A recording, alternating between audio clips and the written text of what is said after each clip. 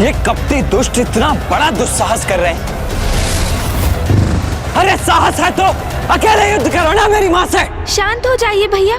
संसार की समस्त शक्ति उन्हीं से उत्पन्न होकर उन्हीं में समाहित होती है, क्योंकि देवी आदि शक्ति है वो, जगत जननी है वो। ये दोनों तो क्या, समस्त असुर सेना भी उन पर आक्रमण कर दे तब भी उन्हें कोई क्षति नहीं पहुंचेगी। पुत्र कार्तिकेय का आवेशित होना तो उचित है। जो न्याय प्रिय है उसके समक्ष कोई अन्यायपूर्ण आचरण करे तो उसका क्रोध अवश्य जागृत होगा, और फिर जब ये दुष्टता उसकी माँ पर केंद्रित हो तब वो स्वयं को कैसे शांत रखे।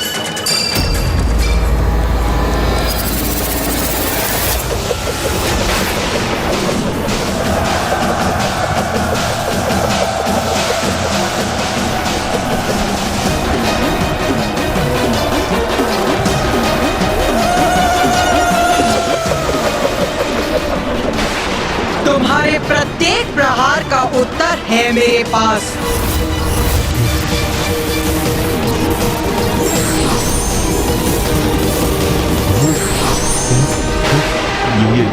ये क्या भ्रातामुंड, ये तो अभी तक एक ही थी। हाँ भ्राताचंड, किंतु ये अभी 4 हो गई है। चंडमुंड देखो, अपने प्रहार को व्यर्थ जाते देखो और अपने जीवन की क्षणों की उल्टी गणना करना प्रारंभ करो।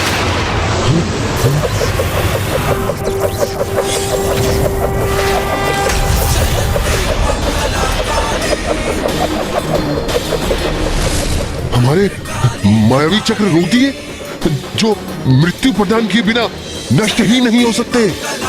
उन्हें हमारी ही सेना पर लक्षित कर दिया इस देवी ने।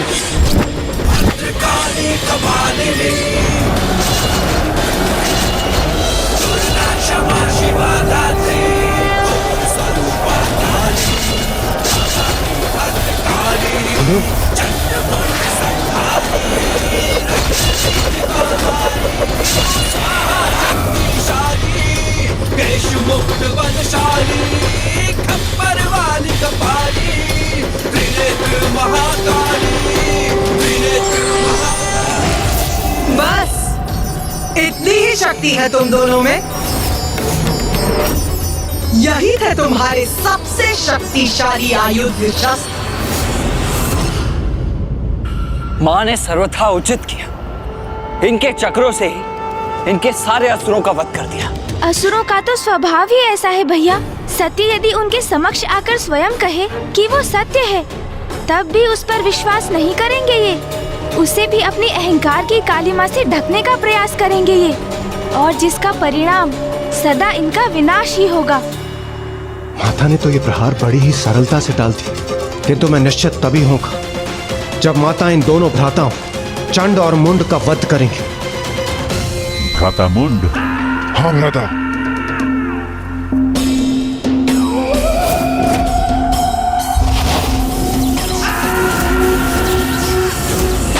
मूर्खों, ये बालकों की क्रीड़ा करोगे मेरे साथ? बालकों की क्रीड़ा तो अब तक हो रही थी देवी। अब तुम चंडमुंड की प्रचंड विद्युत शक्ति का सामना करोगी।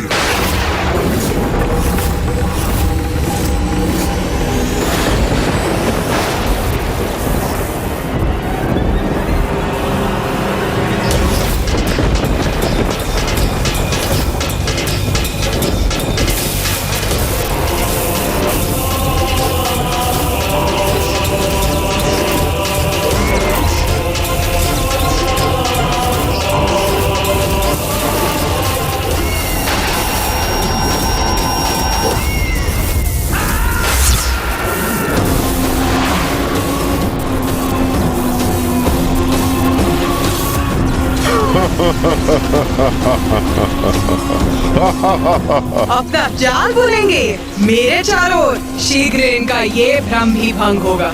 अभी हमारी वास्तविक शक्ति से परिचित कहाँ हो देवी?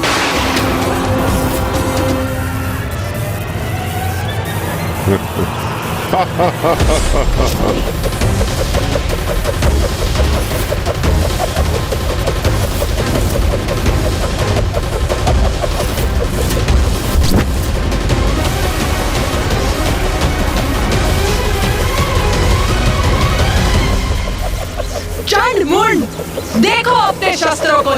होते देखो।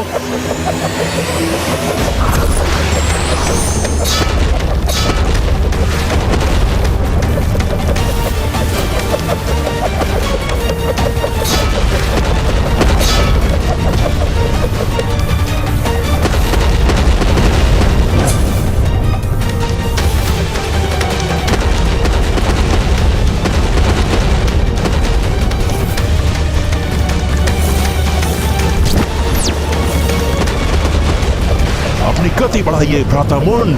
ठीक है भ्राता।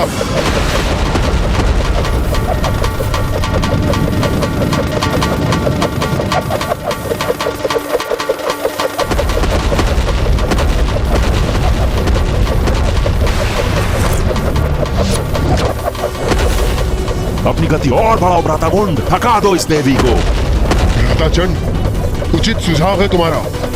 लो, मैंने और तेज कर दी अपनी गति।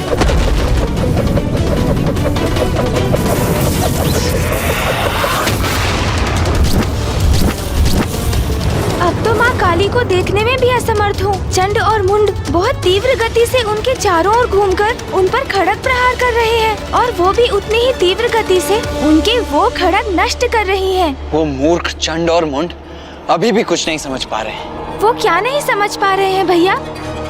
यही गणेश कि माँ तो इन दोनों के साथ क्रीड़ा कर रही है, जिसके उपरांत जितनी तीव्रता से माँ का क्रोध जागृत होगा उतनी ही अधिक दुर्दशा होगी इन दोनों की।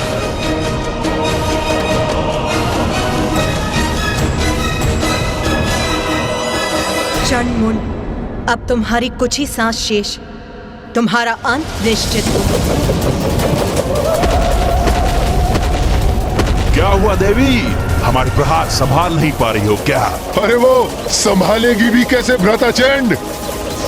अकेली नारी इतने प्रचंड प्रहारों का सामना कैसे कर सकती है?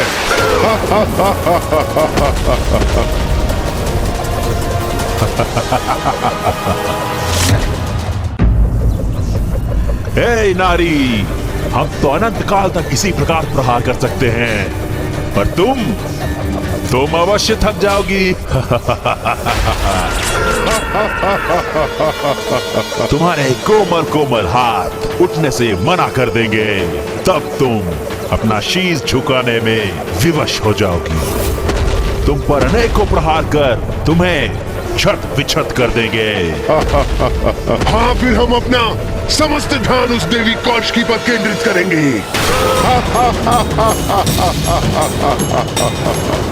इतने अपमानजनक शब्द मेरे और देवी कौशिकी के प्रति, इन दोनों की दुष्टता चरम पर पहुंचकर मेरे क्रोध में वृद्धि कर रही।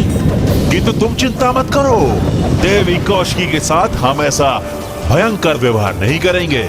हाँ, उस सुंदर देवी को खींचते हुए अवश्य ले जाएंगे, किंतु अत्यंत प्रेम के साथ।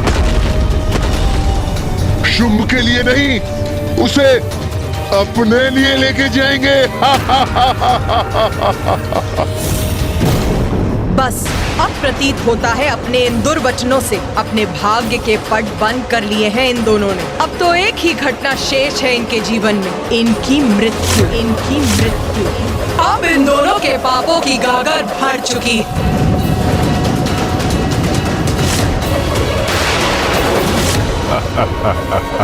क्या हुआ देवी, हाथ क्यों झुका लिए? क्या अपनी पराजय स्वीकार कर ली क्या? हमारा अंत करोगी, यही कहा था ना तुमने। अब देखो, हम करेंगे तुम्हारा अंत।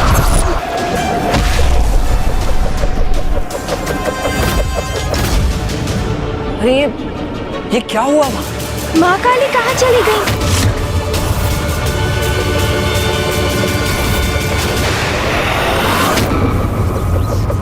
भ्राता मुंड, वहाँ कुछ घटित हुआ है। हाँ भ्राता चंड, वो देवी अब दिखाई नहीं दे रही है। हमें थोड़ा ध्यान से देखना चाहिए। उचित है, लेकिन उसके लिए हमें अपनी गति धीमी करनी पड़ेगी।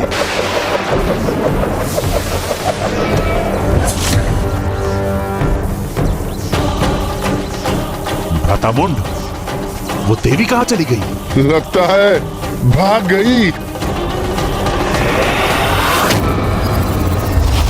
चंड मुंड,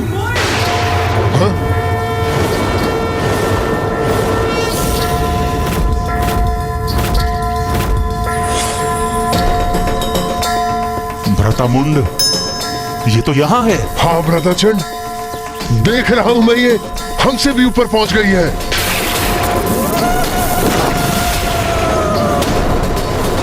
भागना तो अब तुम्हें चाहिए मूर्खों। ये तो अत्यंत विकराल प्रतीत हो रही है भ्राता मुंड। हाँ भ्राता चंड, ये क्या करने जा रही है? किंतु अब तो तुम्हारे भागने का भी कोई लाभ नहीं। भ्राता मुंड, इसका स्वर तो अत्यंत भयावना है। अब हम क्या करें?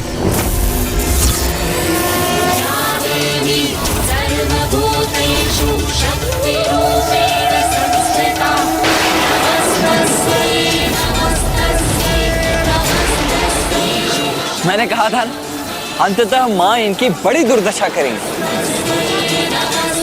अरे ये क्या कर रही हो तुम देवी? मुक्त करो मुझे। ये तो मुझे उठा क्यों रही हो?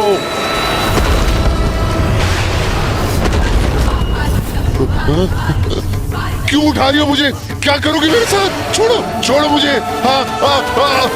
मेरा तो मन था कि माँ विद्युत रेखाओं को एक सूत्र में गूंथ दे। चंड और मुंड को एक दूसरे से टकराते देख बहुत आनंद आएगा मुझे।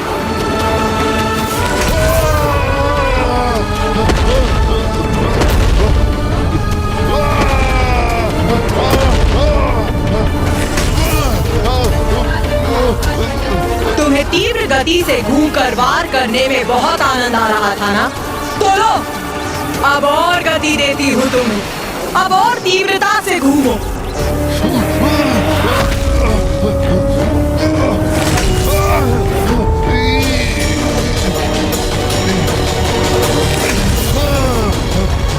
प्रतीत होता है माँ को तुम्हारा सुझाव भा गया है गणेश।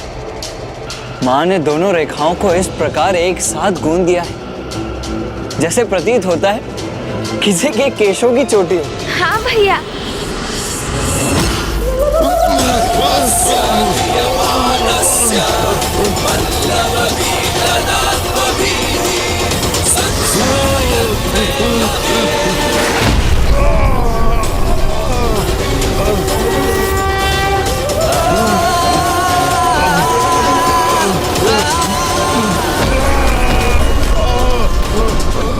ये इस प्रकार विद्युत से कैसे प्रभावित हो रहे हैं? क्योंकि माता ने इन दोनों को एक साथ जोड़ दिया है, इसलिए चंड सीधे मुख है और मुंड उल्टे मुख। विपरीत विद्युत ऊर्जाओं के एक साथ आने से विद्युत ऊर्जा के प्रवाह में एक तरात्म स्थापित हो गया है और यह विद्युत भली भांति निरंतर प्रवाहित होती रहेगी और ये दोनों भी इसी प्रकार अपनी ही ऊर्जा से प्रभावित होते रहेंगे।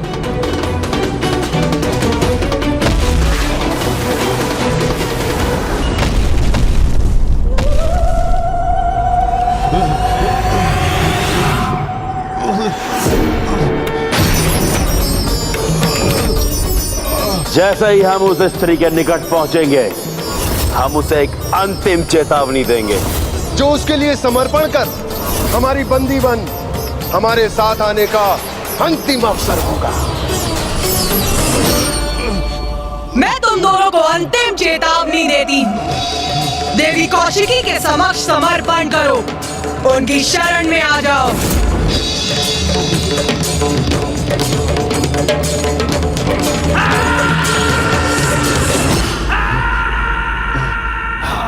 क्षमा मांगे, समर्पण करें, वो भी हम। वो भी एक नारी से? हमसे तो क्षमा अब तुम मांगोगी।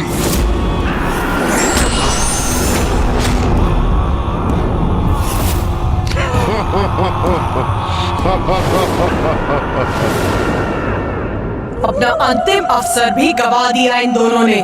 बस उसके लिए ये अंतिम अवसर होगा। उसके बाद हम नहीं, हमारे बाण बात करेंगे। हमारे बाण बात करेंगे। बाण बात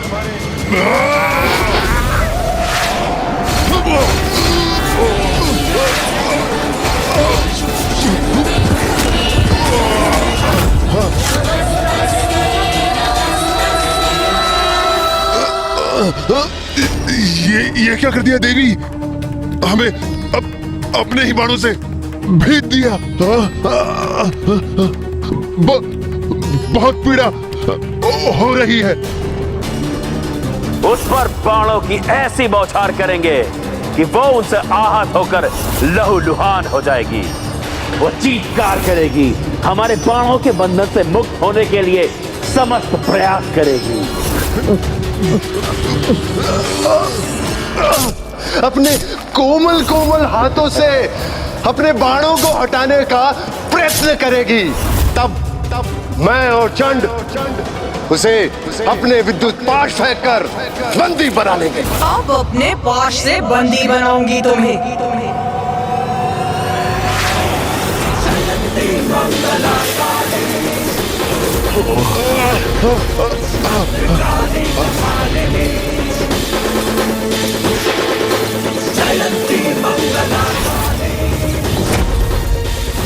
अरे ये पाश तो हमें और कष्ट दे रहा है, हमारे घाव बढ़ा रहा है।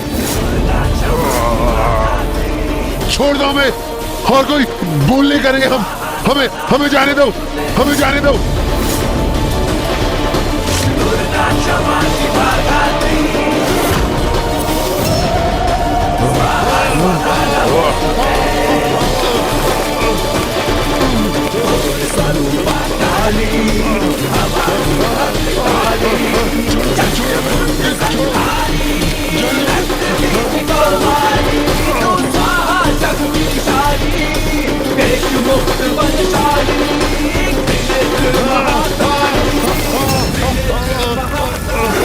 भारी बेड़ियों में बंधी अपने पैरों पर हमारे साथ चलकर यहां तक आएगी।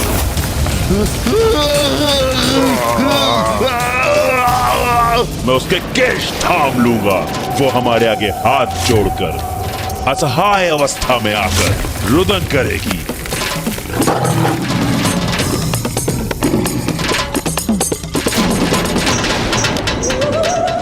फिर उसे भारी बेड़ियों में बांधकर खींचते हुए आपके समक्ष ले आएंगे।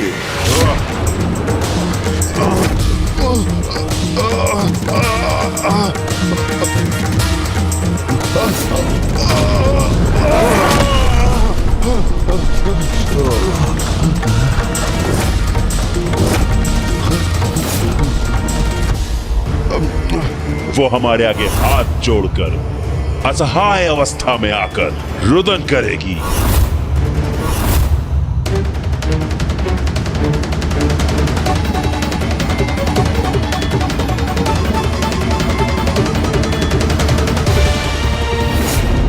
नारी शक्ति को दुत्कारते थे ना तुम, किंतु देखा कैसे एक नारी ने ये दुर्दशा की है तुम्हारी।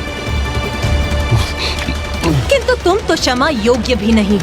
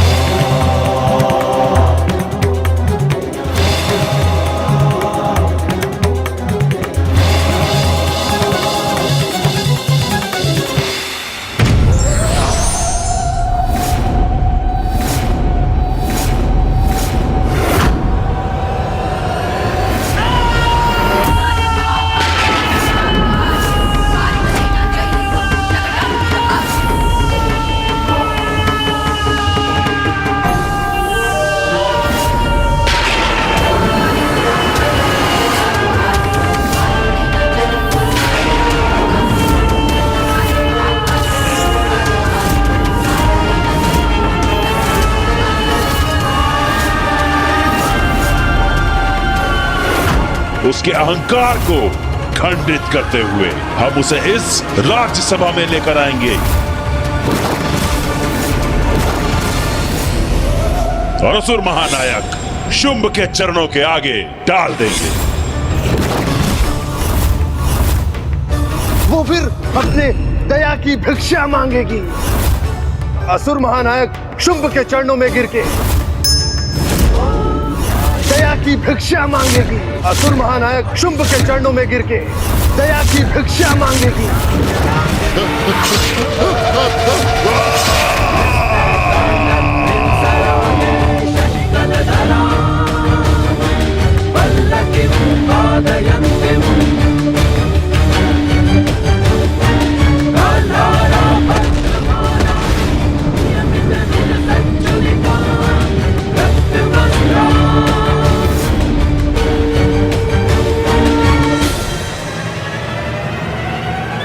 देवी काली, तुमने चंड मुंड का वध किया है, इसलिए आज से तुम संसार में देवी चामुंडा के नाम से भी जानी जाओगी और समस्त संसार देवी चामुंडा की पूजा करेगा।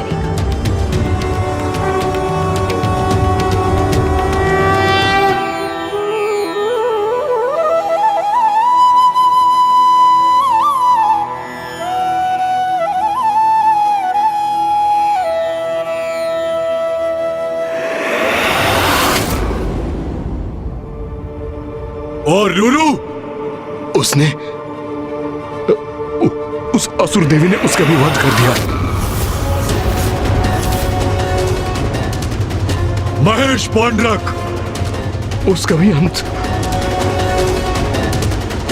उसी देवी ने किया। असुर महानायक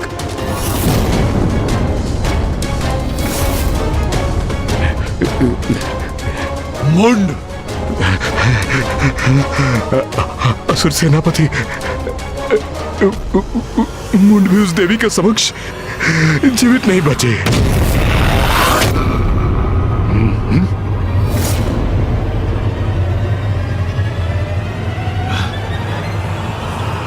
चंड,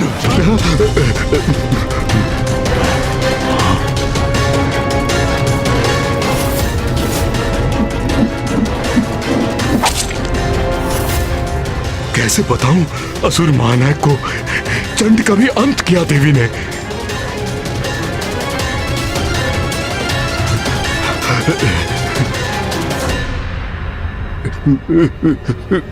उस देवी ने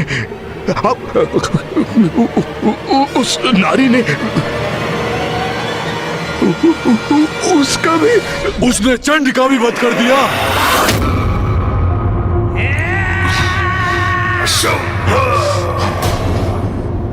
चंड मुंड जैसे पराक्रमी असुरों को, मेरे सेनापतियों को पराजित कर दिया उसने।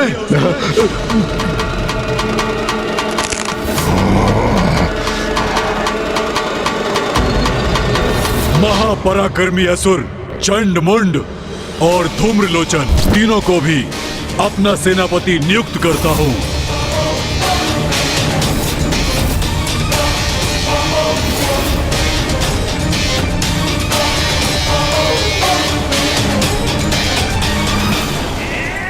वो दुष्ट नारी,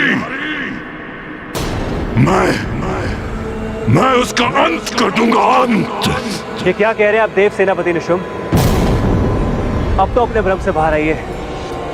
इस अनुचित उन्माद का अंत कीजिए। अब वो कोई साधारण नारी नहीं है, समस्त ब्रह्मांड की शक्ति की स्रोत, सर्वोच्च नारी की शक्ति, शिव की शक्ति, जगत जननी है वो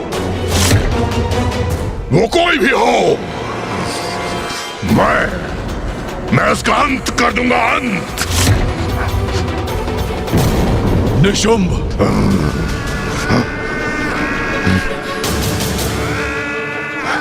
जी भैया। सेनापति रक्तबीज सर्वथा उचित कह रहे हैं। हमें इस सत्य को स्वीकार करना होगा।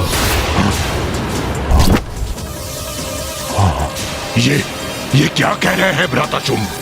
हम असुर पराजय स्वीकार कर लें? यही उचित होगा। इसी में हम सभी असुरों की भलाई निहित है।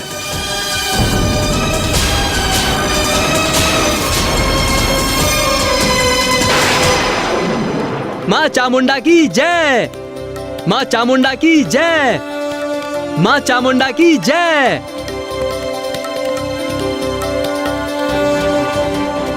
गणेश जी, मैं स्वयं को रोक ही नहीं सका।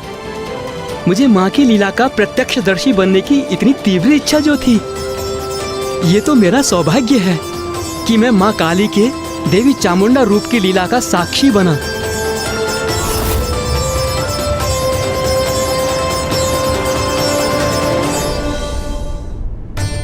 आपकी लीला तो दिव्य और अपरंपार है माँ। आपकी लीला ने ही हमें एक चमत्कारी युद्ध का प्रत्यक्षदर्शी बनाया और आपकी ही लीला के कारण माँ चामुंडा का नाम भी जगत के समक्ष आया। चंड और मुंड का वध करने के कारण आज से आप देवी चामुंडेश्वरी और मुंडेश्वरी नाम से भी संसार में पूजी जाएंगी। आपके मंदिर की स्थापना होगी, जहाँ आपके दर्शन मात्र से आपके भक्तों में शत्रुओं पर विजय प्राप्त करने की शक्ति प्राप्त होगी। प्रणाम माता। मैं अचंभित हूँ कि एक नारी से भयभीत होकर हम पराजय स्वीकार कर लें। ये आप सुझाव दे रहे हैं भ्राता शुंभ? इसमें अचंभित होने को क्या है भ्राता निशुंभ? धूम्रलोचन, रुरु, महेश पौंड्रक ही नहीं किंतु अपराजय महायोद्धा चंडमुंड के साथ हमारी असुर सेना के एक बड़े भाग का अंत हो चुका है और इन सभी का वध किया है उस नारी देवी कौशिकी ने। ये क्या हो गया है भ्राता शुंभ को? क्या वो भी अपना साहस खो बैठे?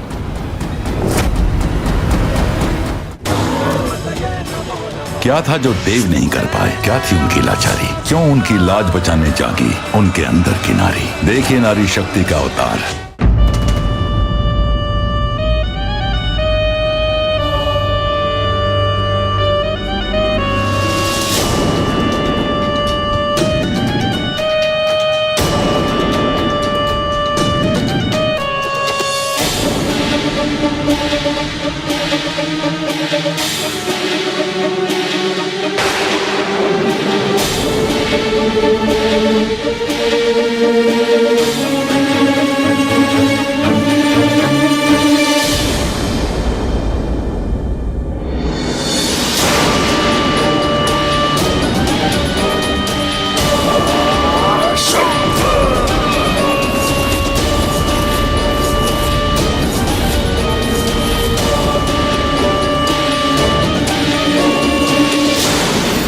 सत्य है ना, उस देवी ने हमारे प्रचंड असुर योद्धाओं का वध कर दिया, फिर भी तुम्हारा क्रोध जागृत नहीं हुआ?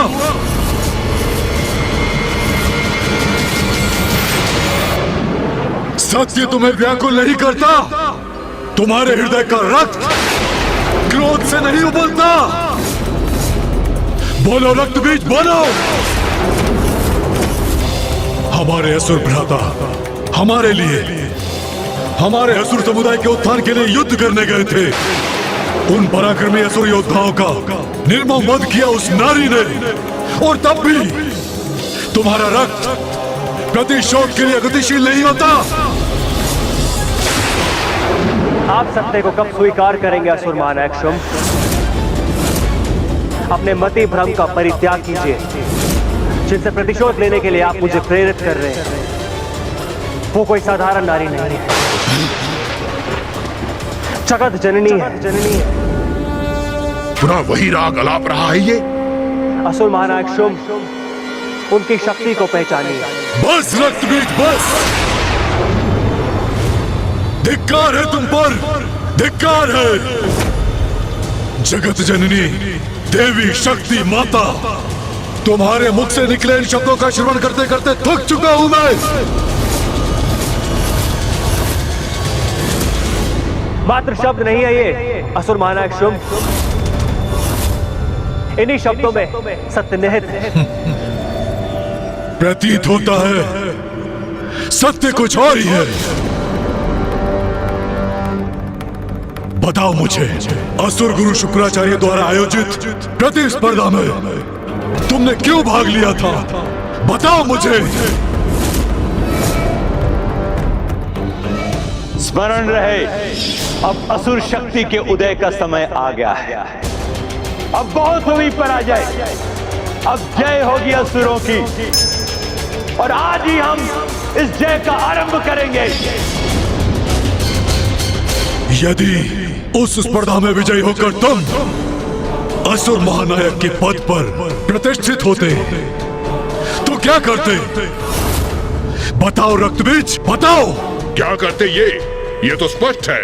असुर समुदाय के मान को दांव पर लगा देता ये, और इसके अधीन सभी असुर योद्धा उस नारी के भय से अपने अस्त्र को छोड़कर कंगन धारण कर कहीं छिपे बैठे होते। अपना स्वर नीचे रखो रक्तबीज, नीचे। मेरे भ्राता के शब्द चुप गए तुम्हें, तो आज सत्य कह ही दो। बताओ मुझे, तुम्हारी निष्ठा हम असुरों के प्रति है या उस नारी के प्रति? असुर महाराज शुंभ, मुझ पर आक्षेप लगाने के पूर्व तनिक समझने का प्रयास कीजिए। ईश्वर से युद्ध कर हम कभी विजय नहीं हो सकते। ईश्वर, वो नारी, एक कुटिल कपटी मायावी नारी तुम्हारी ईश्वर है, और उसकी शक्ति में तुम्हें इतना विश्वास और उसके प्रति तुम्हारी इतनी श्रद्धा है। रक्तबीज, तुम उससे युद्ध न कर उसकी सुरक्षा सुनिश्चित कर रहे हो। देवी कौशिकी को मेरे संरक्षण की आवश्यकता नहीं है। मैं आपको और असुरों का बचाव करने का प्रयत्न कर रहा हूं, क्योंकि यदि आप निशुंभ, मैं और अन्य असुर शेष ही नहीं रहे तो इस युद्ध का असुरों को क्या लाभ होगा? अपनी जान गंवाकर भी हमें क्या प्राप्त होगा? बस बस रक्तबीज, बस।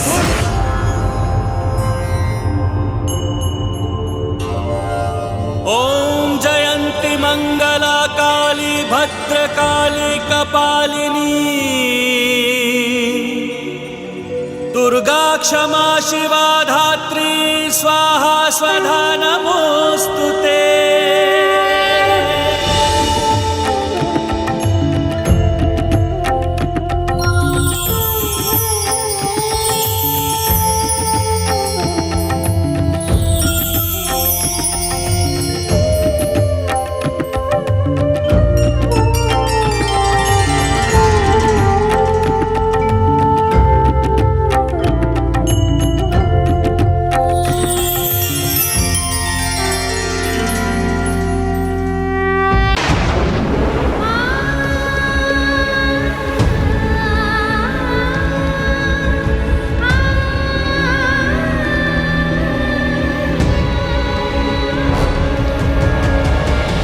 इंद्रदेव, सूर्यदेव, वायुदेव, अग्निदेव, वरुण देव, आप सभी की पत्नियां सुरक्षित हैं, क्योंकि मेरा कवच उन्हें किसी भी अहित से सुरक्षित रखेगा। माता, आपका कोटि कोटि धन्यवाद। आपने कृपा कर हमारी सारी चिंताएं हर ली। माता, यदि सभी देवियां सुरक्षित हैं, तो क्या हम उन्हें अपने साथ लौटाकर ले जाएं? नहीं, अभी वो समय नहीं आया, क्योंकि शुंभ और निशुंभ के वध होने तक देवियां मेरे ही कवच के संरक्षण में गुफा में सुरक्षित रहेंगी।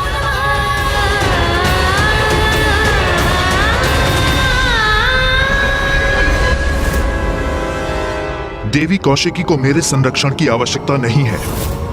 मैं आपका और असुरों के बचाव का प्रयत्न कर रहा हूँ। बस बस, जाओ यहाँ से, चले जाओ यहाँ से रक्तबीज।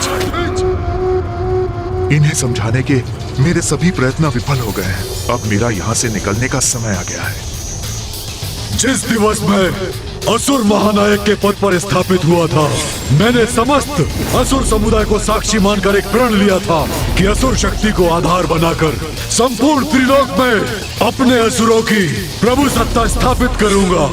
किंतु तब मुझे यह कहा गया था कि मेरा ही एक अत्यंत शक्तिशाली और महत्वपूर्ण सेनापति मेरी ही सबसे बड़ी दुर्बलता का रूप लेगा। यहाँ और रुककर मैं अपने असुर समुदाय के प्रति अपनी निष्ठा प्रमाणित नहीं कर सकता।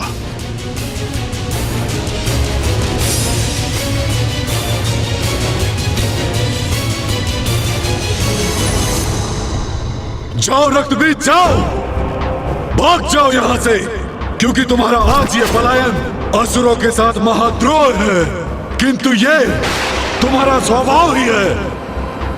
महान असुर सम्राट महिषासुर ने तुम्हें मंत्री बनाया और जब उनका विकट समय आया तुम उन्हें अकेला छोड़कर भाग गए। जो तुमने पूर्व में किया वही तुम आज भी कर रहे हो। रक्तबीज, तुम पर धिक्कार है। मुझे तो प्रतीत होता है कि तुम असुर ही नहीं हो। अवश्य तुम्हारी मां ने भी असुरों के साथ द्रोह किया होगा और अपने चरित्र को देवताओं के साथ कलंकित किया होगा, और तुम उस कलंक का परिणाम हो रक्तबीज।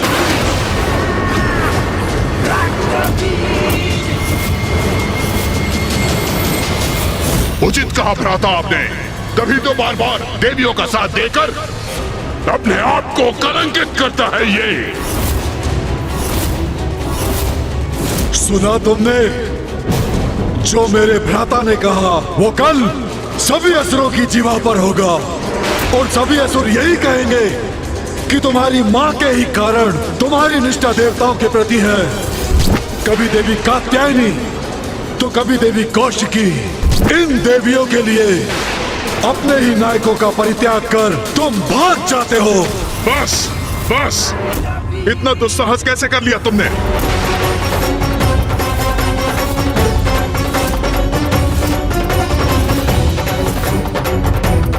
सभी सीमाएं लांघ गए हो तुम। मेरी मां के प्रति अपशब्द कहा तुमने, तुम्हें इसका दंड मिलेगा। अपने हाथों से तुम्हारा वध करूंगा मैं।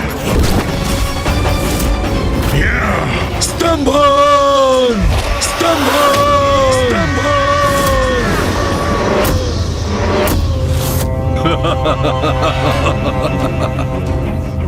एक साधारण नारी से युद्ध करने में तुम्हारे प्राण सूख रहे हैं और मुझ जैसे असुर महानायक शुंभ से युद्ध करने के लिए तुम तत्पर हो। ये कैसा परिहास है? इस बंधन से मुक्त होता तो अभी अपनी शक्ति का परिचय देता तुम्हें। तुम्हारी मां को लेकर कुछ कह दिया तो तुम इतने क्रोधित हो गए, किंतु तुम्हारे इतने असुर योद्धाओं का वध हो गया और तुम पर कोई प्रभाव नहीं पड़ा। भ्राता शुंभ ये क्या कर रहे हैं? यदि रक्त बीज के तन से उसके रक्त की एक भी बूंद धरती पर गिरी तो वो उसके लिए एक बड़ी सेना उत्पन्न कर देगी, और यदि ऐसा हुआ तो ज्ञात नहीं वो सेना हमारी कैसी दुर्दशा करेगी। नहीं, भैया को उसे स्तंभन से मुक्त करना ही होगा।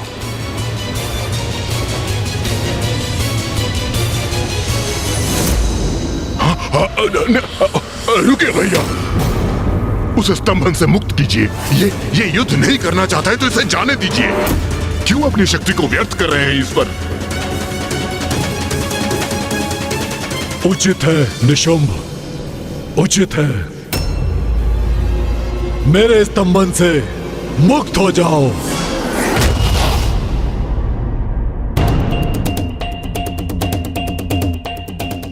आपके रोकने के पूर्व मैं देवी कौशिकी से युद्ध करने जा रहा था, जिससे भविष्य में कोई भी मेरी मां के नाम को कलंकित करने का दुस्साहस न करे। एक निष्ठावान मंत्री होने के नाते मैंने महाराज महिषासुर को चेतावनी दी थी, और आज फिर आपको भी चेतावनी दे चुका हूं, जिसे समझने के लिए तैयार नहीं है आप। जो दुर्दशा धूम्रलोचन और चंडमुंड की हुई है, आज वही मेरी भी होगी, और उसका समस्त दोष आपका होगा। आपका अहंकार ही हमारे विनाश का कारण बनेगा। मैं अपने महानायक के प्रति अपने उत्तरदायित्व से भली भांति परिचित हूं, इसलिए मैं देवी कौशिकी से युद्ध करूंगा। किंतु आज असुर महानायक ने मुझे मेरा स्थान दिखा दिया है। मेरी मां का अपमान कर बता दिया है मुझे कि उनकी दृष्टि में मेरा स्थान कितना निम्न है। जय हो, असुर महानायक की जय हो।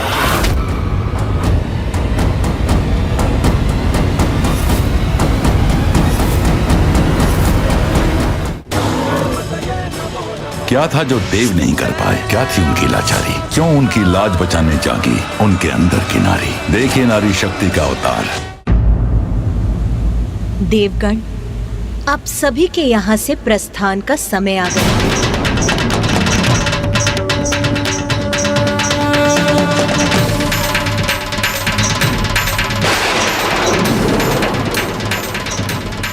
विंध्याचल पर्वत, वहीं स्थित है देवी कौशिकी।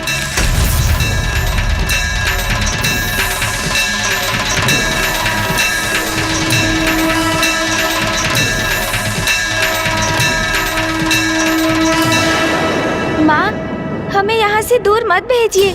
ये सब जो घटित हो रहा है और जो होने वाला है, ये सभी तो आपकी ही लीला है माँ।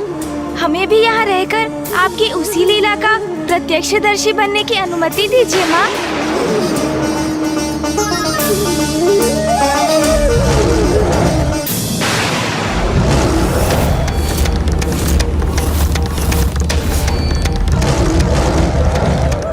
कौन है जो अपने काल से साक्षात्कार करने यहाँ आ रहा है?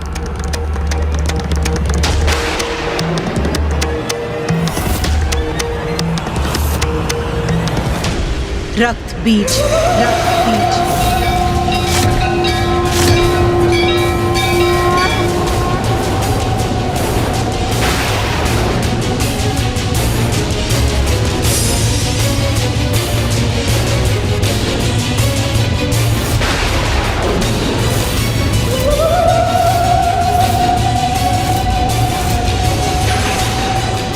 जो भी है ये रक्त बीज, उसे माता तक कदापि नहीं पहुंचने दूंगी मैं।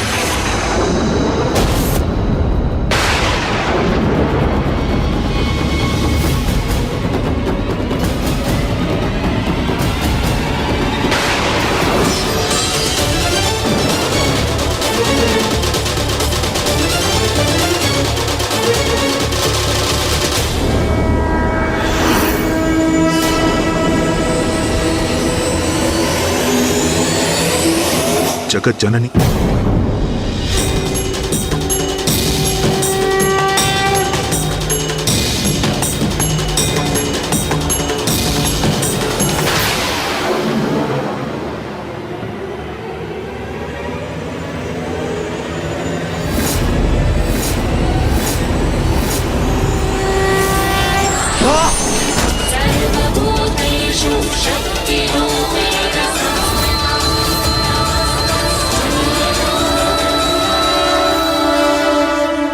मुझे ज्ञात है देवी, आप जगत जननी हैं। पूर्व में आप देवी कात्यायनी का रूप धारण कर प्रकट हुई थी और आप देवी कौशिकी के रूप में मेरे समक्ष हैं। रक्त बीज, मुझे ज्ञात है अपने भीतर उमड़े अंतर्द्वंद के किस बवंडर से जूझ रहे हो तुम।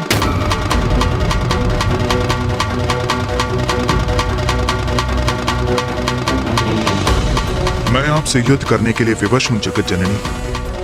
पूर्व में भी मैंने महाराज महिषासुर को चेतावनी देने का प्रयत्न किया था, किंतु मैं असफल हुआ और अब पुनः असुर महानायक शुंभ को आपकी शक्ति के प्रति सचेत करने में विफल हुआ हूं मैं।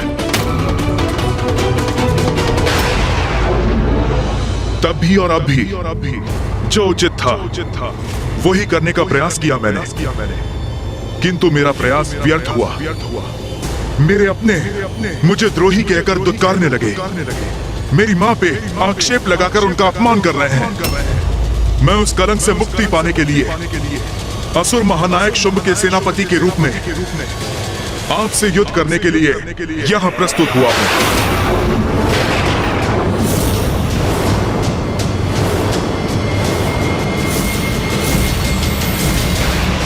आप अपना दायित्व निभा रही हैं जगत जननी, और मैं भी अपना दायित्व निभाने यहाँ आया हूँ। ज्ञात है मुझे अंततः आपके हाथों मृत्यु होगी मेरी,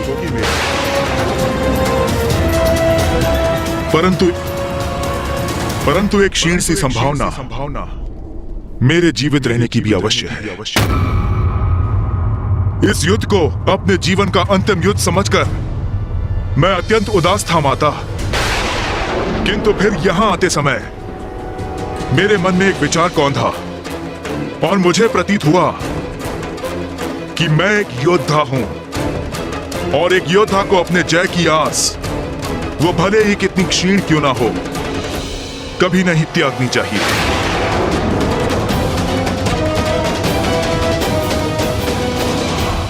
और ये उचित भी है। आप जगत जननी हैं, देवी शक्ति हैं, तो मैं बुराई का साथ देने पर भी हूं तो आपका ही अंश, अर्थात आप मुझ में उपस्थित हैं और मैं आप में। इसलिए हम दोनों भिन्न होते हुए भी एक ही हैं, और हमारी शक्ति का स्रोत भी एक ही है। जब शक्ति एक है तो फिर इस युद्ध में जहां आपकी शक्ति सफल हो सकती है, तो मेरी क्यों नहीं?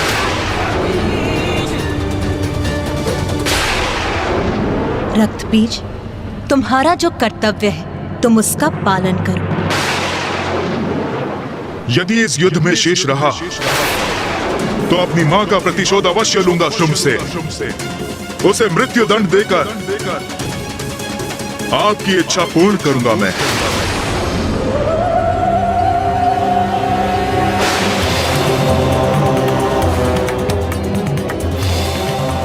मैं आपसे युद्ध करने के लिए प्रस्तुत हूं माता। आज्ञा दीजिए देवी कौशिकी, वो आपसे युद्ध करने आया है, किंतु उसके पूर्व उसे मुझे पार कर आगे बढ़ना होगा।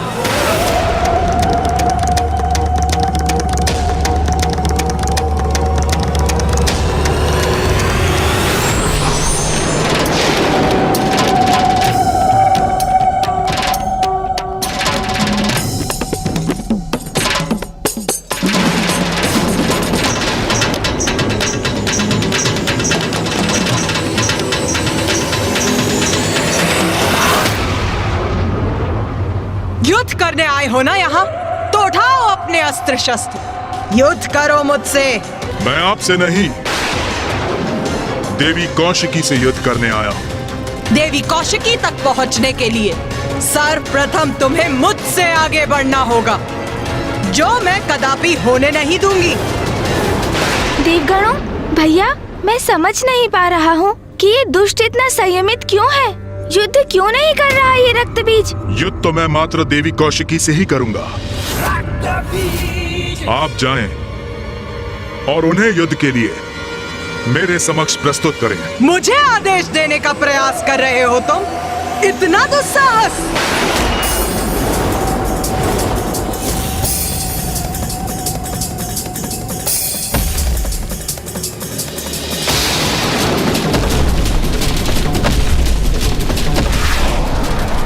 आइए देवी, युद्ध कीजिए मुझसे, यही तो मैं भी चाहता हूं।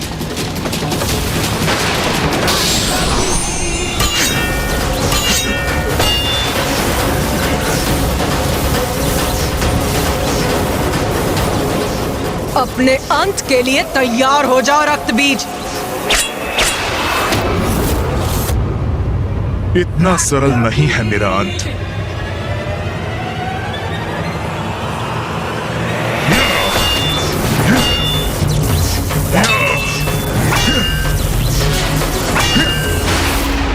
उस स्पर्धा में हमने जिस रक्तबीज को देखा था, ये उससे कितना भिन्न प्रतीत हो रहा है। इसमें आए इस परिवर्तन का क्या कारण हो सकता है? हाँ भैया, उसी का विचार तो मैं भी कर रहा हूँ। अभी तक माता पर एक वार तक नहीं किया है इस असुर ने। बस अपना बचाव। भैया, कोई तो बात है जो हम भूल रहे हैं।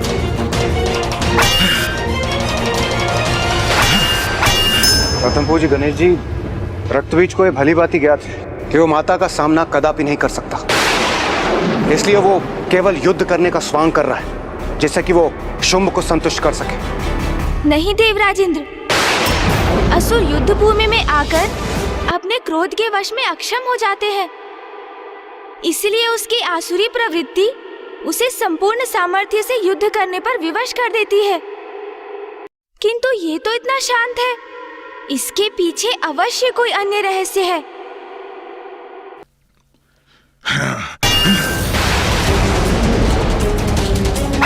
वार करो मुझ पर।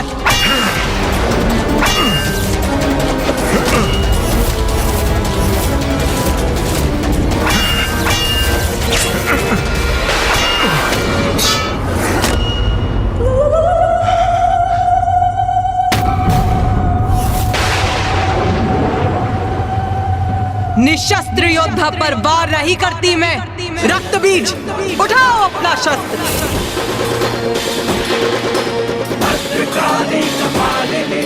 सुना नहीं? अपना शस्त्र उठाकर प्रस्तुत हो युद्ध में। उठाओ, वार करो मुझ पर।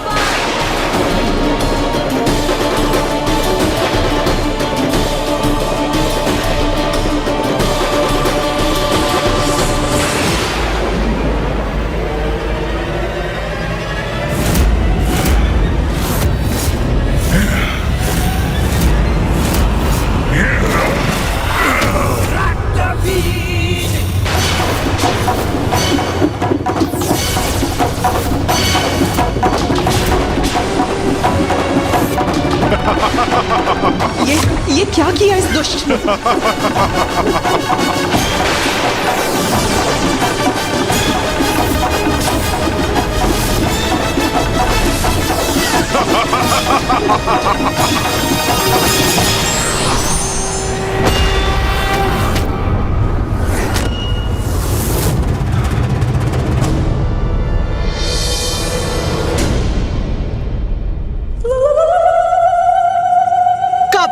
दुष्ट, तूने छल से देवी कौशिकी पर वार करने का दुस्साहस कैसे किया?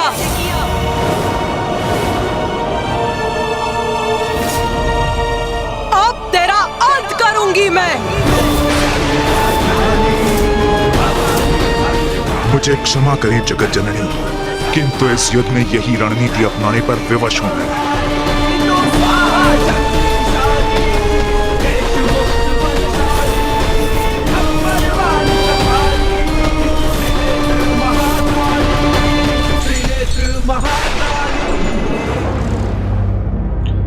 क्या हुआ भ्राता निशुंभ, इतने अधीर क्यों हो?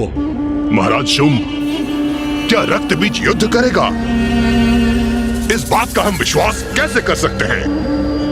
देवी देवी कह के गुणगान गाने वाला वो द्रोही कदाचित अभी उस देवी के चरणों में गिरकर भजन गा रहा होगा। ऐसा कुछ नहीं होगा भ्राता निशुंभ, ऐसा कुछ नहीं होगा।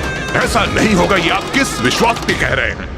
क्योंकि रक्तबीज के स्वभाव से भली भांति परिचित हूं।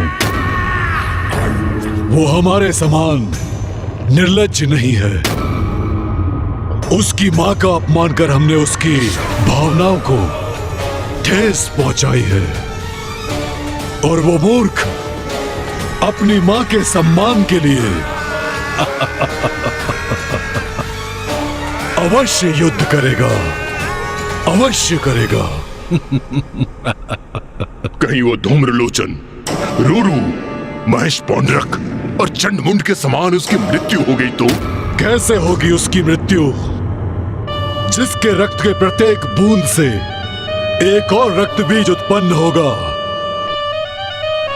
उसका रक्त बहा तो सहस्त्रों रक्त बीज उत्पन्न हो जाएंगे उसके साथ युद्ध करने के लिए।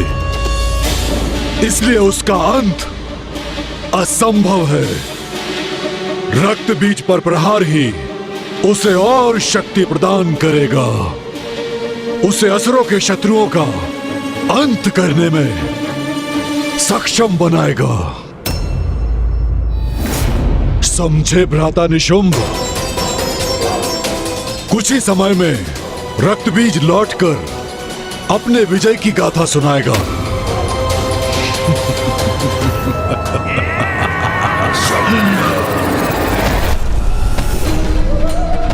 और उग्र प्रहार कीजिए मुझ पर देवी काली।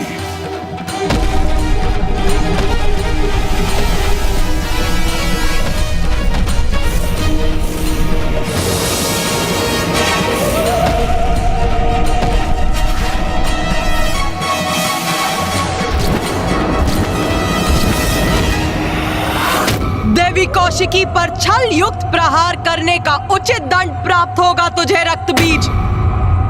रक्तबीज? भैया, ये तो सर्वनाश होने जा रहा है।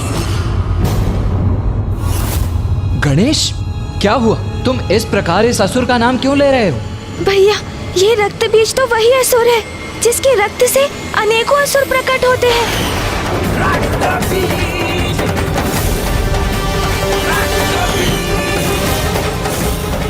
तो ये है उसकी चाल। वो माता को क्रोधित कर रहा है जिससे वो उस पर वार करे और उसका रक्त बहे, और जिससे उसके प्रतिरूप उत्पन्न हो और उसकी सहस्त्रों असुरों की सेना प्रकट हो जाए।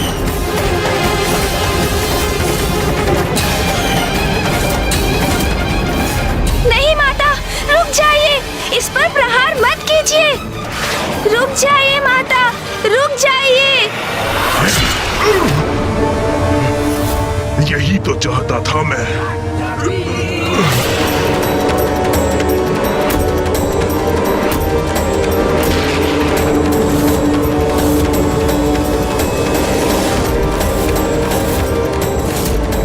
देवी काली, ये कैसा अनर्थ हो गया आपसे?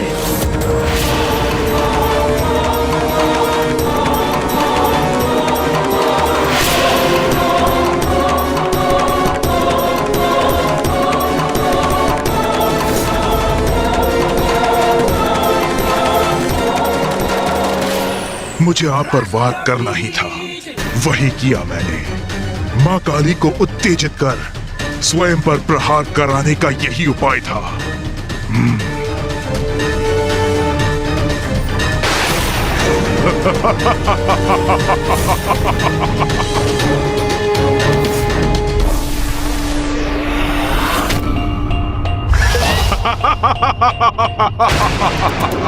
ये है रक्तबीज की शक्ति माता।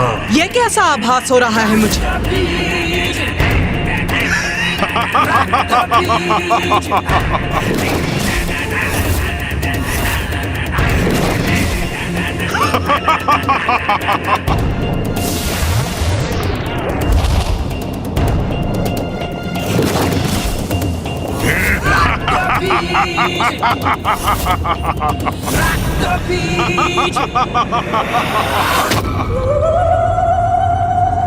तो अभी अंत नहीं हुआ इसका?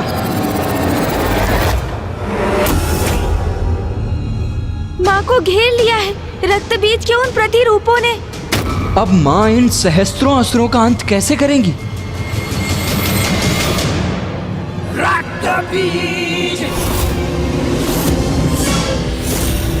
देखा देवी, मेरा वध कोई नहीं कर सकता। मैं तो अमर हूं। त्रिदेव त्रिदेवियों एवं उनके अंश के सिवाय कोई अमर नहीं है रक्तबीज। किंतु तुम असुरों को ये सत्य समझ में क्यों नहीं आता? तुम्हारी भ्रांति कभी मिटती क्यों नहीं?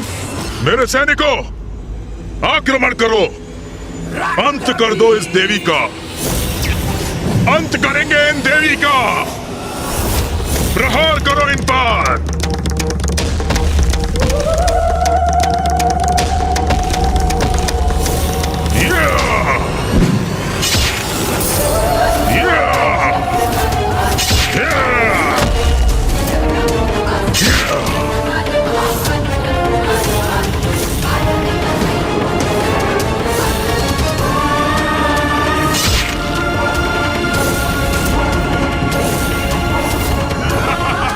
भी संख्या में प्रस्तुत क्यों ना हो जाओ, किंतु मैं तुम सभी का वध करूंगी।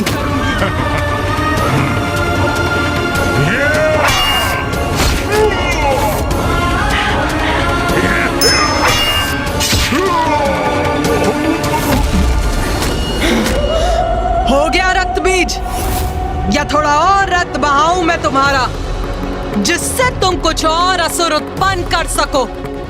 उसकी कोई आवश्यकता नहीं पड़ेगी महाकाली, क्योंकि आप तो मेरी सेना के निरंतर उत्पन्न होने का उपाय कर चुकी हैं।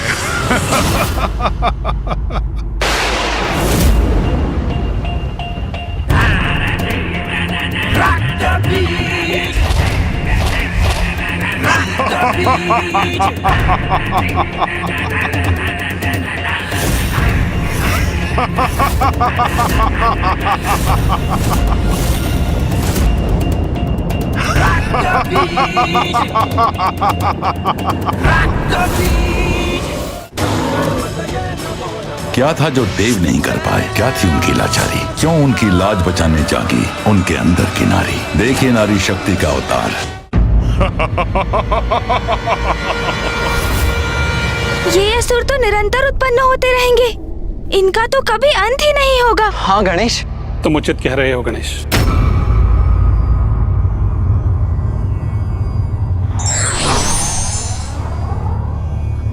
प्रणाम मामाश्री। प्रणाम मामाश्री श्री हरि नारायण।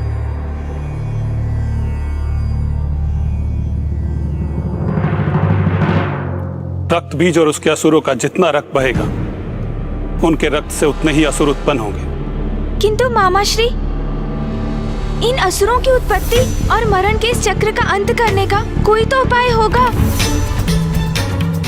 मेरी भी यही आशा है। मात्र आशा से नहीं, कर्म से कुछ होगा मामाश्री, क्योंकि कर्म किए बिना मात्र आस लगाए रहना ये तो दुर्बल करते हैं। मैं इस प्रकार हाथ पर हाथ धरे निष्क्रिय होकर माँ को एक ऐसा युद्ध करते नहीं देख सकता जिसमें माँ का प्रत्येक प्रहार एक और बड़ा संकट उत्पन्न कर रहा है।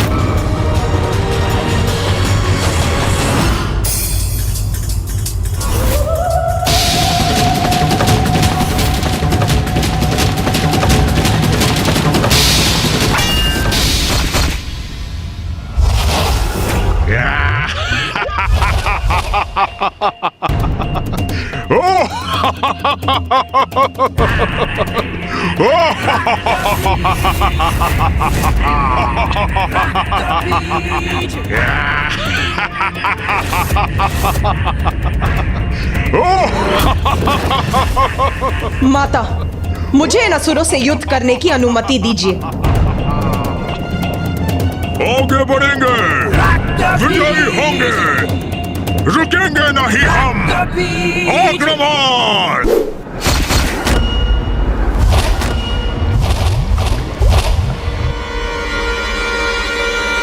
भैया, भैया, इस प्रकार आपको ऊंचे स्वर में रोकने का आशय नहीं था मेरा, किंतु मैं सशंकित हो गया भैया। सशंकित हो गए तुम?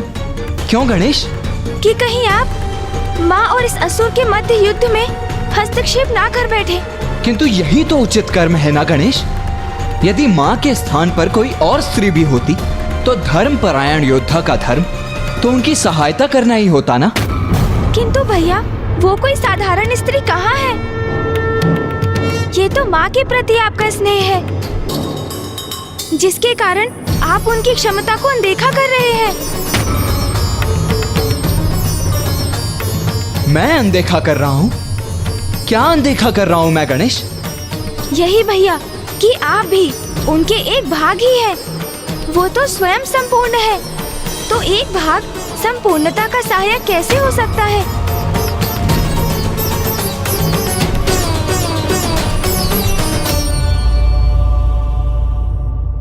तुम सर्वथा उचित कह रहे हो गणेश।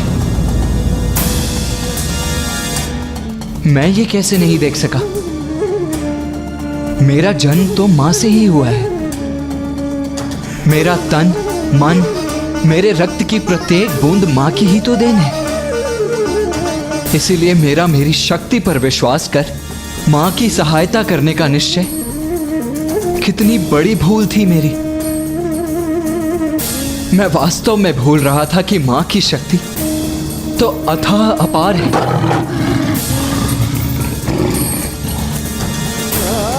जैसे सागर का जल और जल की एक बूंद सागर की सहायता कैसे कर सकती है?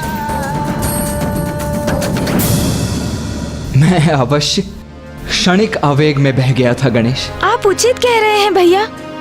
जिस प्रकार हमारे शरीर में स्थित रक्त की प्रत्येक बूंद माँ की ही देन है, उसी प्रकार रक्त बीज की देह का रक्त भी माँ का ही अंश है। उसी रक्त को माँ के विरुद्ध उपयोग करने में आतुर है, बिना ये जाने कि वो रक्त तो माँ से ही उत्पन्न होता है, अंत में माँ में ही समा जाता है। जो शक्ति उसे माँ से ही प्राप्त हुई है, उसका उपयोग माँ के विरुद्ध कर वो कभी युद्ध में विजयी नहीं हो सकता।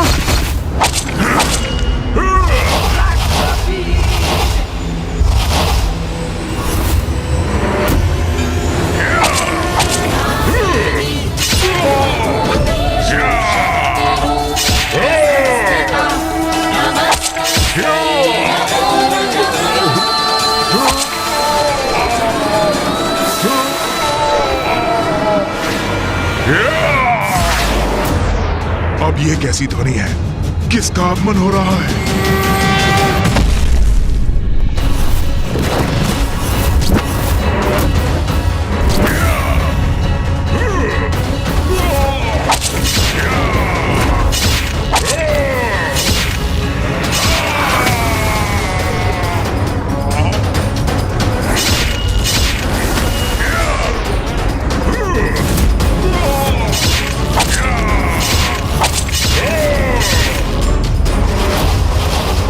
यही तो विशेषता है मेरी। मेरे ऊपर आघात मेरा अंत नहीं करते, मुझे और बलवान बनाते हैं।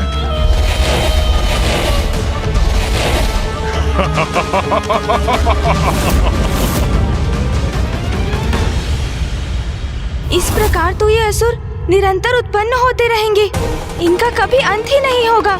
गणेश जी, आप उचित कह रहे हैं। इस प्रकार तो ये युद्ध अनंत काल तक ऐसे ही चलता रहे।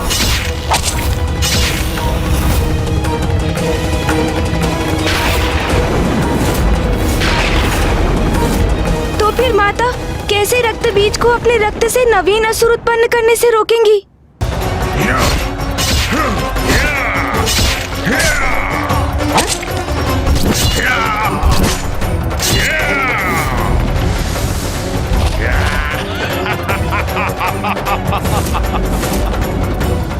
इस प्रकार तो ये असुर निरंतर उत्पन्न होते रहेंगे, इनका कभी अंत ही नहीं होगा। माता कैसे करेंगी इनका संहार? योगनियो, योगनियो,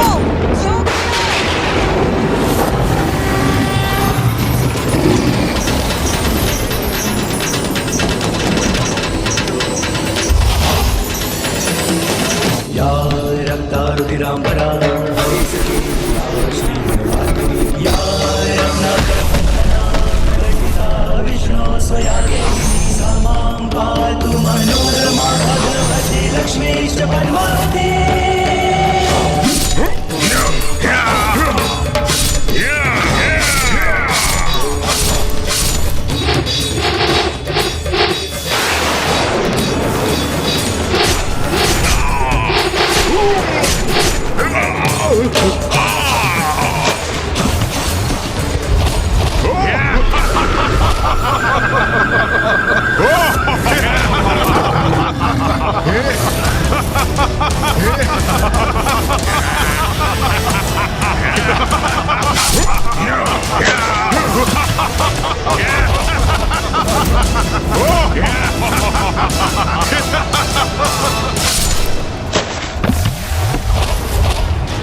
इन असुरों की विपरीत ये रणनीति तो विफल हो रही है प्रथम पूज्य गणेश जी।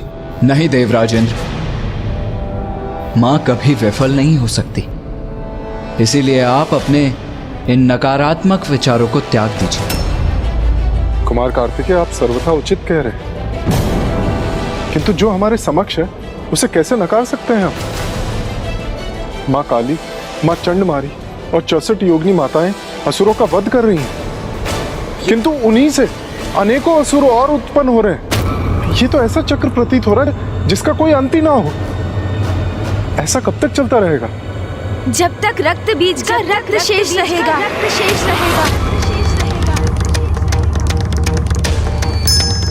हाँ, यह तो उचित है। यदि रक्त बीज का रक्त ही शेष न रहे तो फिर तो कोई अन्य असुर उत्पन्न ही नहीं हो सकता।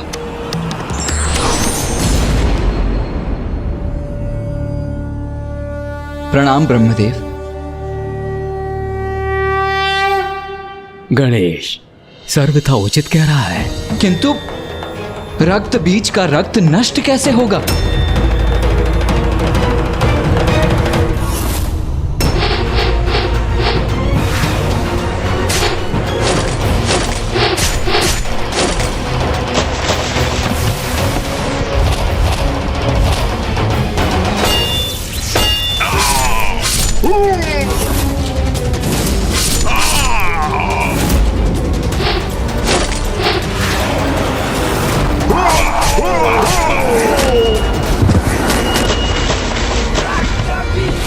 देवी काली, इनका रक्त पान करो, इनका रक्त पान करो, रक्त पान करो, भक्षण करो इनका, भक्षण करो इनका।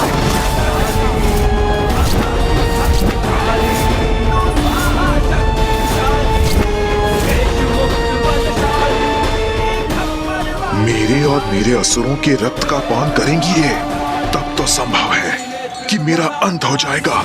इनका अंत ऐसे ही होगा। हमें इनके रक्त को धरती का स्पर्श करने से रोकना होगा, तभी नवीन रक्त बीज उत्पन्न नहीं होंगे।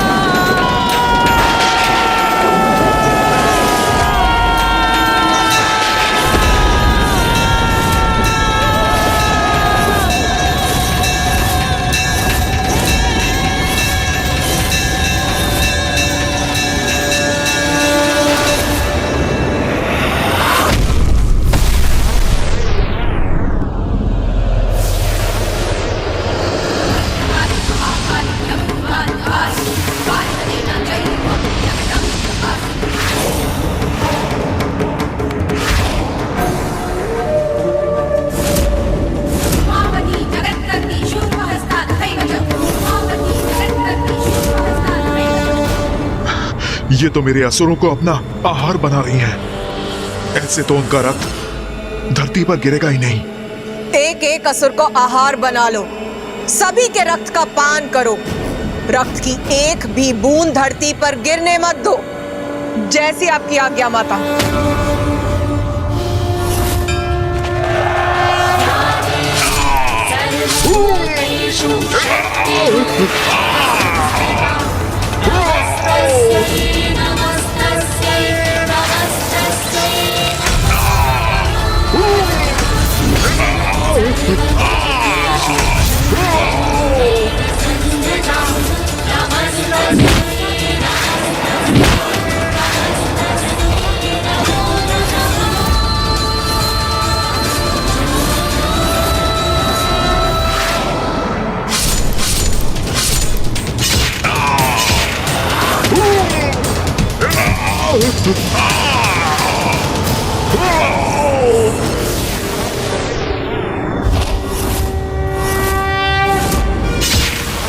इन असुरों का रक्तपान अकेले कैसे करेंगी माँ काली?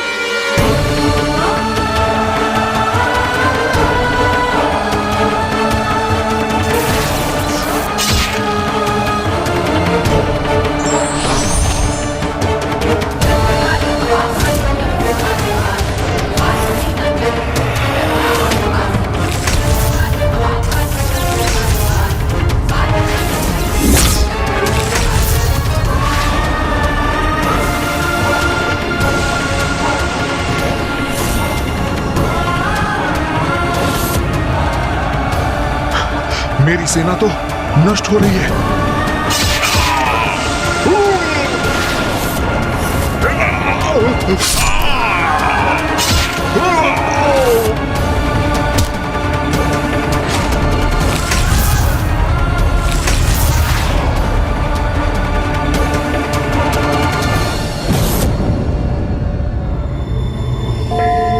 माँ महाकाली तो अपने उग्रतम रूप में है।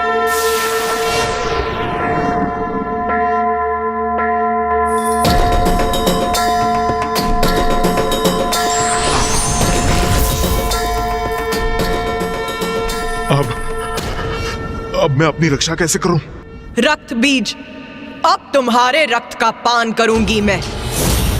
बहुत बड़ी मूर्खता की है तुमने। माता आदि शक्ति की शक्ति से परिचित होने पर भी तुम शुंभ के कुचक्र में फंस गए। अपनी माता के सम्मान के लिए तुम जगत जननी से युद्ध करने के लिए प्रस्तुत हो गए। इतना भी विचार नहीं किया कि वो तो सभी की माता है, तुम्हारी माँ की भी। ये युद्ध सर्वथा अनुचित था। भक्त नहीं, भीरू हो तुम। भक्ति के कारण नहीं, भय के कारण जगत जननी का सम्मान करते रहे। और फिर जब तुमने ये समझा कि माता की ही शक्ति सभी जीवों में समाहित है, तो अपनी धूर्ततापूर्ण कुतर्क से तुमने ये कैसे सोच लिया कि तुम्हारी शक्ति उनके समान है।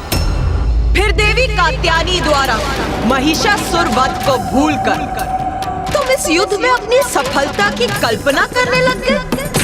अधर्मी कितना भी शक्तिशाली क्यों ना हो जाए, उसका सर्वनाश निश्चित है, क्योंकि माता उसी का साथ देती है जो धर्म का पालन करता है। रक्त बीज, तुम तो शुंभ और निशुंभ से भी अधिक आसुरी हो। वो तो अज्ञानी है। अपने अहंकार के कारण वो कभी सत्य को समझ ही नहीं सकते, किंतु तुम्हें तो सत्य ज्ञात था, फिर भी इतना अभिमान कर रहे थे तुम, जिसका उचित दंड दूंगी तुम्हें। मैं तुम्हारा भक्षण कर अंत करूंगी तुम्हारा।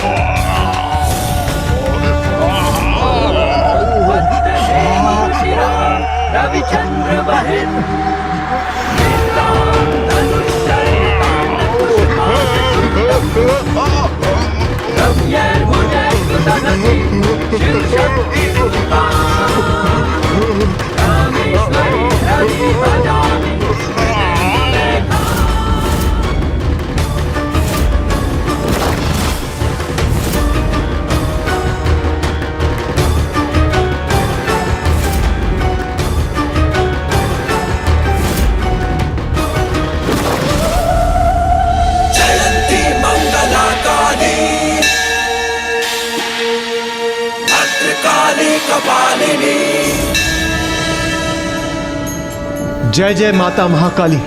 माता ने रक्त बीज का संहार कर दिया, संहार कर दिया माता ने रक्त बीज का।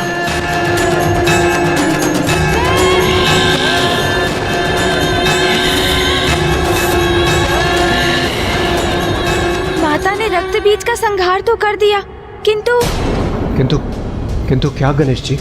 किंतु माता के क्रोध का अंत अभी नहीं हुआ है।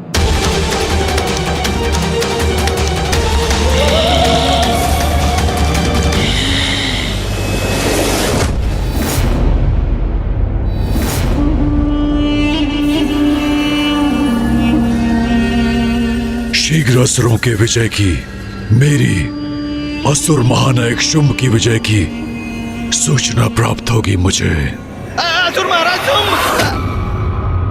ये तो असुर दूत सुग्रीव का स्वर है। मुझे विश्वास है कि सुग्रीव हमारे विजय की सूचना लेकर आया होगा।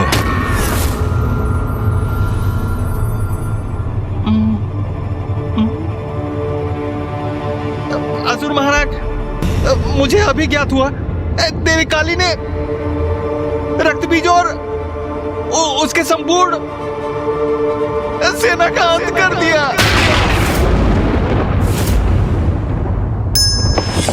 असंभव! रक्त बीज का वध असंभव है। मुझे असुर महानायक से दूर ही रहना चाहिए।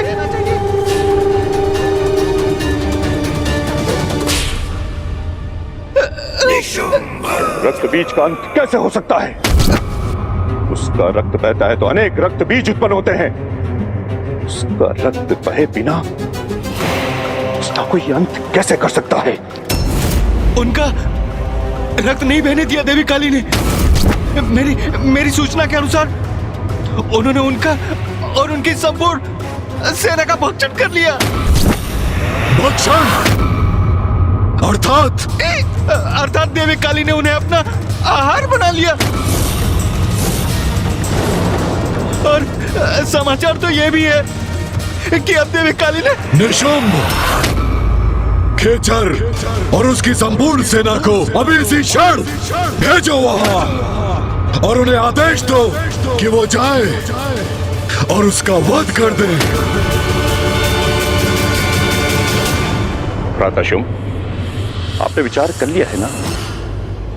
आपको पूर्ण विश्वास है? क्या ये उचित होगा? असुर महाराज, मुझे सुनने की कृपा कीजिए। ना ही मुझे कुछ सुनना है और ना ही कोई विचार करना है। बस मेरे आदेश का पालन किया जाए। जाओ, खेचर और उसकी सेना को भेजो और काली का वध करने का आदेश दे दो। जाओ। असुर महाराज, देवी काली से उत्पन्न संकट को समझ ही नहीं पा रहे। रक्त बीज के वध के पश्चात मां काली की रक्त पिपासा और भी तीव्र हो चुकी होगी और अब खेचर और उनके असुरों को उनके निकट भेजने का अर्थ है सीधे मृत्यु के मुख में प्रवेश कराना।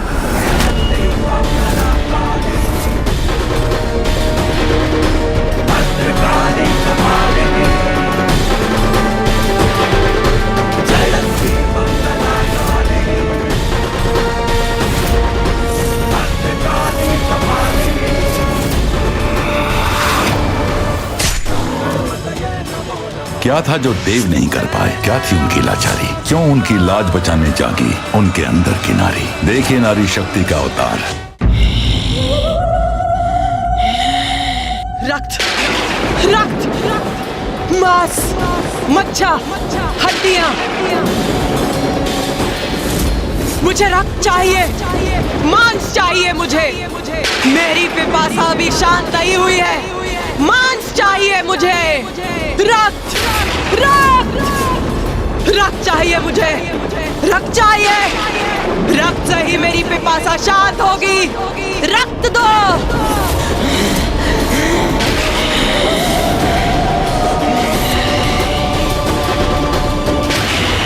रक्त दो। रक्त, रक्त। भूखी हूं मैं, भूखी हूं। रक्त, रक्त दो मुझे।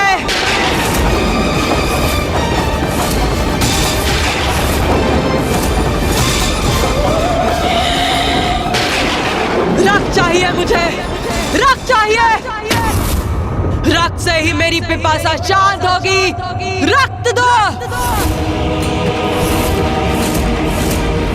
रक्त दो मुझे। रक्त। माता तो और भी उग्र होती जा रही हैं। हमें उन्हें शांत कराने का प्रयत्न करना चाहिए। रक्त चाहिए मुझे। रक्त चाहिए। हमारी गुहार सुनिए माता। शांत हो जाइए माता, कृपा करके शांत हो जाइए। शांत हो जाइए, शांत हो जाइए माता, कृपा करके शांत हो जाइए माता, शांत हो जाइए।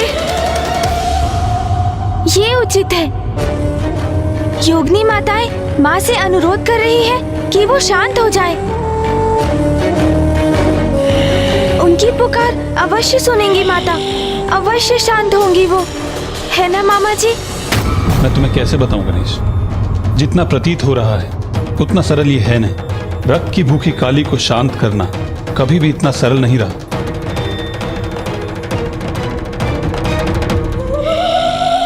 कौन है ये मेरे समक्ष? कौन है? हम सब योगिनी आपकी पुत्री है माता। अपने पुत्रियों के अनुरोध को स्वीकार किया आपने माता, उसके लिए आपको कोटि कोटि धन्यवाद। क्योंकि माता अगर आप उग्र अवस्था में रहती तो सर्वनाश हो जाता।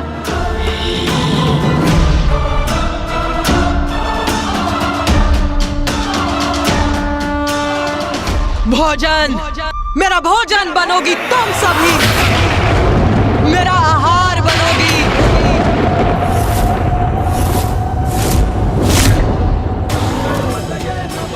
क्या था जो देव नहीं कर पाए? क्या थी उनकी लाचारी? क्यों उनकी लाज बचाने जागी उनके अंदर की नारी? देखिए नारी शक्ति का अवतार।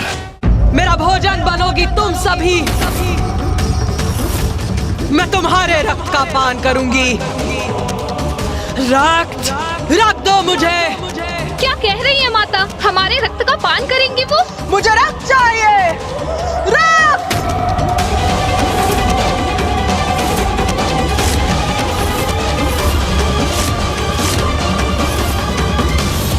माता का क्रोध, उनकी भूख तो हमें लील जाएगी।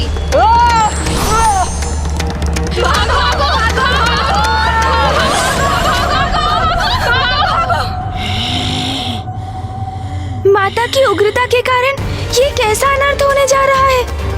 हाँ गणेश जी, माता तो अपनी योगिनियों का ही भक्षण कर रही है। रक्त चाहिए। रक्त चाहिए। रक्त चाहिए। रक्त रक्त रक्त चाहिए मुझे। सर्वनाश का सूचक है ये। देवी काली की उग्रता शांत नहीं हुई है, अभी तो और बढ़ गई है। रक्त चाहिए। रक्त चाहिए मुझे। रक्त चाहिए। उनकी रक्त पिपासा ने उनकी चेतना को अपने वश में कर लिया है। अब वो मात्र अपनी रक्त पिपासा से ही प्रेरित हैं। रक्त चाहिए। रक्त और रक्त चाहिए। मामा जी, फूफा जी, कुछ कीजिए, अन्यथा माता योगिनी माताओं का भक्षण कर जाएंगी। मैं यहाँ खड़े होकर ये अनर्थ होते हुए नहीं देख सकता। माता मेरा अनुरोध अवश्य सुनेंगी। मेरी प्रार्थना सुन वो अवश्य शांत होंगी। मुझे प्रयास करना चाहिए।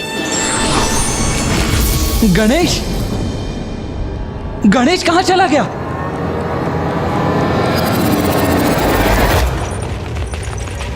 हमें भागकर माता कौशिकी के निकट पहुंचना चाहिए। वही हमें माता के आक्रोश से सुरक्षित करेंगी। कहा न मैंने, तुम सभी मेरा भोजन बनोगी। मुझसे बचकर कहाँ जा रही हो? कहाँ जा रही हो? मेरे मुख में प्रवेश करो। आहार बनो मेरा। क्षमा कर दीजिए माता।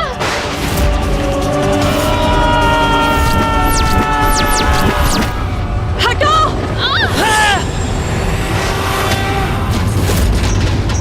मुझे क्षमा कीजिए माता। मैं तो बस योगिनियों की रक्षा करने का प्रयास कर रही हूँ। धृष्टता की है तुमने। मेरे भोजन को मुझसे दूर करने का अपराध किया है। अब तुम बनोगी मेरा भोजन।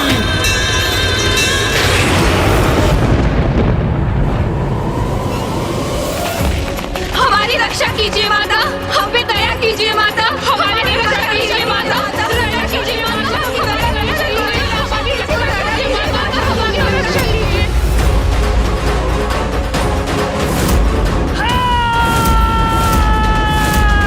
रुक जाइए